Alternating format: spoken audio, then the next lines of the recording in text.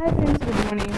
Daily update ఇస్తున్నాను కదండి. ఈరోజు ఏం జరిగిందంటే ఈ లోపల సైడ్ కూడా ప్లాస్టింగ్ స్టార్ట్ చేశారండి. లోపల ఒక గోడ అంతా ప్లాస్టింగ్ అయిపోయిందనమాట.